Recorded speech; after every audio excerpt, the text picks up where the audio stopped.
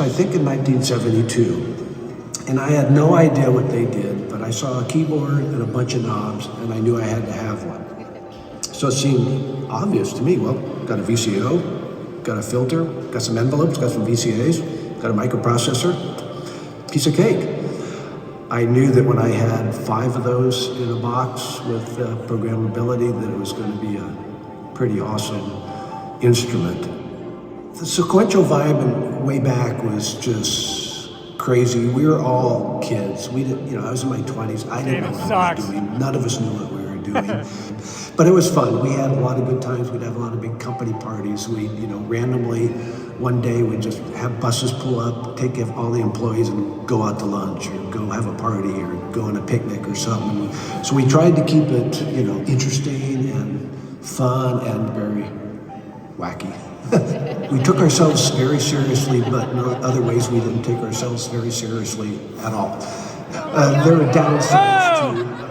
We'd come out with a couple new products and sales would go up and we'd hire more people and we'd be doing well. We'd have little bonuses at Christmas time.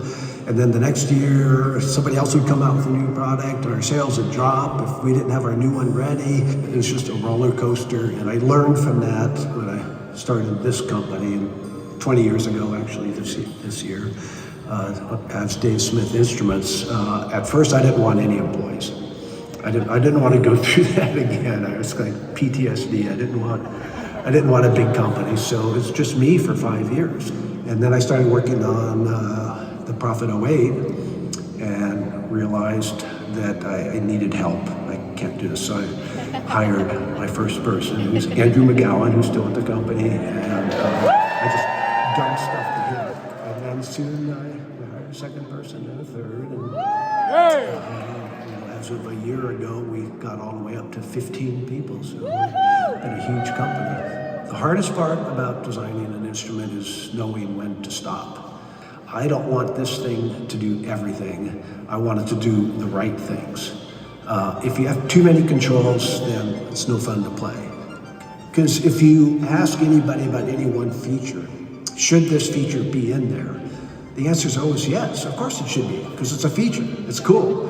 But you have to know when to stop and keep it a musical instrument. Keep it approachable, fun to play.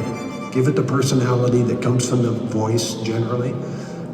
That's huge. That's, I think, where the magic is in most of my products. The thing I'm most proud of is a little bit more on a global basis, but starting a company, starting Sequential Circuits and doing everything we did was pretty awesome. Back then, obviously we've influenced a lot of stuff, music, just technology, everything. But you could argue that, okay, I was in the right place at the right time. I knew about microprocessors when nobody else in the industry did.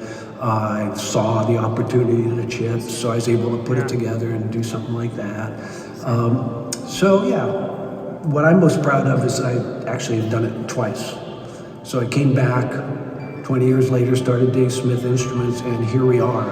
And this company is much more successful than the original one was. But to be able to be relevant a second time and starting from scratch a second time, there's no investment, there's no big thing. I just kind of started this company and here we are, and that's probably that's my shining achievement, I think. The whole MIDI thing is, kind of like whatever, that was just a one-shot thing, but doing this twice, I think that's pretty cool. Woo!